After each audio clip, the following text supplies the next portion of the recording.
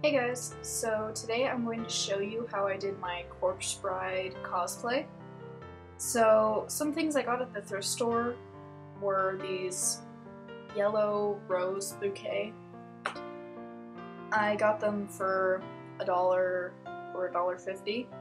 I also found these white cream shoes and they were about $1.50 I think. After that I found these blue tights that resemble her skin color, so I decided that instead of painting my legs blue, that it'd be easier just to wear the tights. I also found these smaller blue flowers and I'm going to use that for the headpiece on the veil. Because Emily is dead and she's been in the dirt and everything, I'm going to have to, I found a wedding dress at a thrift store, but I have to tea dye it to make it look old and used, ancient kind of. So I used like 20 packets of tea and I filled up the sink with water, plugged it up, and let the tea and water sit in there for about an hour and a half, and it turned out the color I want. Every once in a while you can just pull it out and check on it.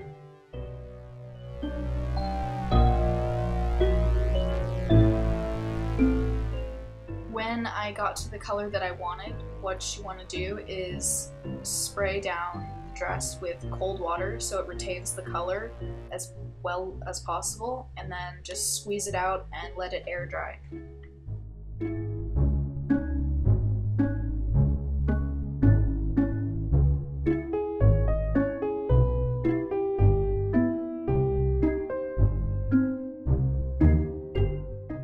Most of this was done off camera because it's really hard to hold a camera and cut at the same time.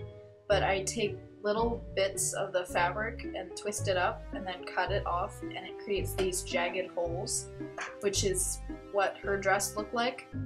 And I did both layers. There was a sheer layer on top and then this layer underneath. And I just cut enough holes, and that's what that looked like. To make the dress look more used and jagged, I took pieces on the end and just cut upward in a jagged motion.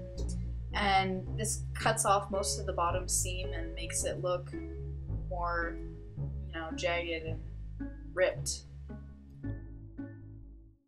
This is how it looked after I was done cutting it, and how it flows, and it looks just like it did in the movie. Ghostly and flowy and stuff. This is how the dress looks like on before any coloring, well, after the tea dye and before any coloring, and this is how it looks. I also had to cut a slit in the side because her dress also had one. And then I just sewed a little mark at the top so that it wouldn't split any higher than that.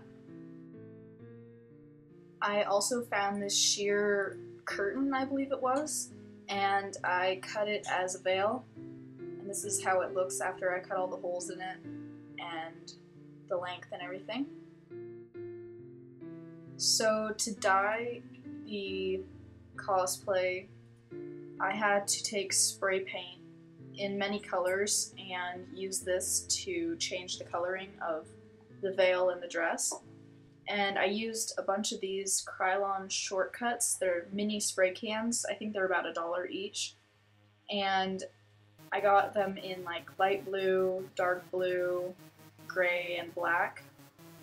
And I just went around and sprayed it one color, and then I just did the next color and the next color. I did it from lightest to darkest and used the darkest sparingly.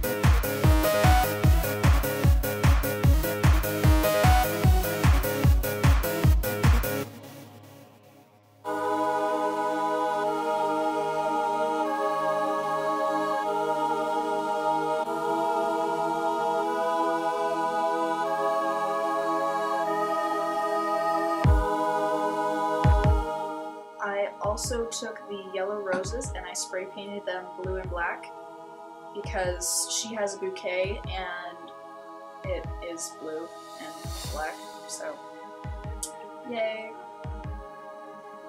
I spray painted the little blue flowers with a little bit of black edging just to make them look like the ones that Emily had on the top of her veil.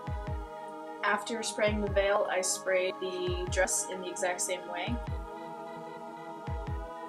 I also spray painted some lace to use for the gloves. After spray painting, this is what the final product looked like. I mostly focused on the top, around the band in the middle, and on the bottom of the dress where the spray paint would go, because that is how she had her dress in the movie. This is what it looked like. I had to make sure I got all the crevices. And the bottom, I had to make sure that I sprayed both layers, not just the top layer, so that it would look good. That's how it looks. The spray paint does make the dress a little bit stiffer than it was, but it makes up for it in how it looks, so I find that it was worth it. The veil was also a little bit harder to move. Here are some pictures of the final product that my friend took for me. You can find them on my DeviantArt that I will link below, and I hope this tutorial helped you. Thanks for watching!